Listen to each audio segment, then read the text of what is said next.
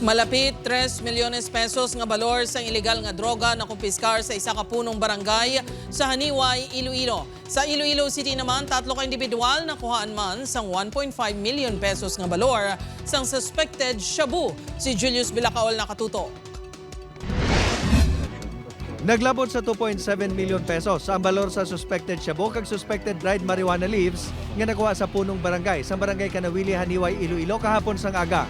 Base sa impormasyon nga nabaton sa Provincial Drug Enforcement Unit, ang 51 anyos nga punong barangay nga giningadlan lang kay Junjun ang konektado sa isa man kaanay subject sang operasyon sang unit.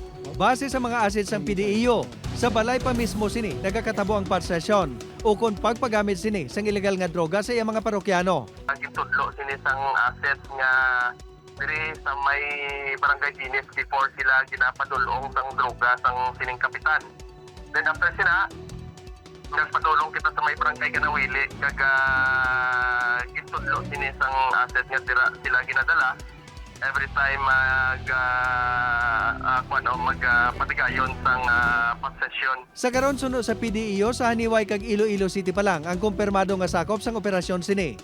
Sa inisyal nga pagpangusisa sa subject, ginaako sini nga nagagamit siya sang ilegal nga droga. Apang wala sinigin kumpirmar kung siya ang nagabaligya ginman sa pihak sang impormasyon nga natipon sang kapulisan kaangot sa iya buluhaton.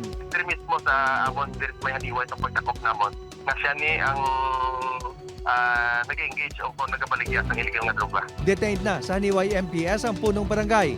Ang mga recovery ang turn over na sa PNP Forensic Unit. Nagapangatubang ang arestado sa reklamo nga paglapas sa Comprehensive Dangerous Drugs Act of 2002. Dakop ang 3 ka mga high-value individual sa ginpatigayon nga drug buy bust operation sa barangay Balabagoharo, Iloilo City, Martes ang gabi. Ginkilala ang mga subject, kanday alias Boss, 50 anyos. Ang bata sini nga si alias Inday, 32 anyos. Kag live-in partner sini nga si alias Boy, 37 anyos. Lunsay mga residente sa nasambit nga lugar. Base sa investigasyon sang kapulisan, nakaagi na preso si alias Boss kag ang iya bata sa pareho nga kaso. Apang nakagwa sang tuig 2023. Nakuha sa 3 ang suspected shabu nga nagabalor sang 1.5 million pesos. Ang area of operation nila silog na city. Ang mambal lang namon sir, nakambal naman sila sa kung daan meet ang nila ginakuha ang supply nila. Mambal naman sir, nasa city po ang ginakuha nila.